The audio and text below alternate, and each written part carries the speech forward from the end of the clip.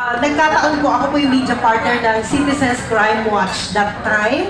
And Attorney Pete Bitay, I suppose, kasi siya po ang natatanging abogado na talagang kilalang-kilala pagdating dun sa, alam niyo ba yung Etchagaray case? Sino pong nakakaalala? Kasi tingin ko puro bata tao dito eh. Hindi niyo inabot yun?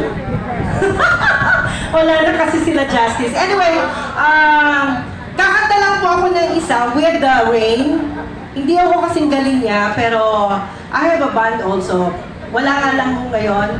Malay nyo, in the future, magkita-kita tayo. But this time, nakiusap lang ako sa band, na kahit isa lang kami ni Rain, ay mag-join force lang kami.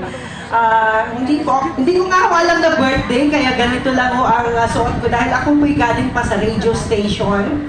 I'm from DWBL. Sana po, itong oras na to hanggang sa mga susunod pa, suportahan natin.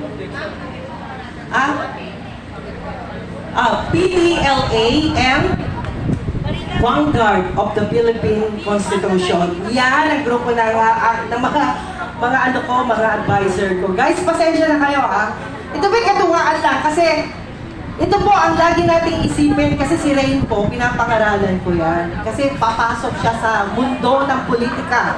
At itong awitin na to, dapat niyang tandaan. Di ba? Ayan. Okay, guys. Katuwaan lang po ito,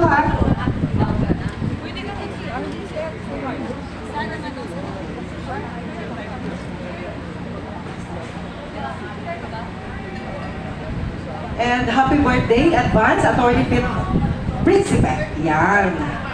Casa Principe. We love you very much. Talagang long life talaga. Yan. Idol. Okay.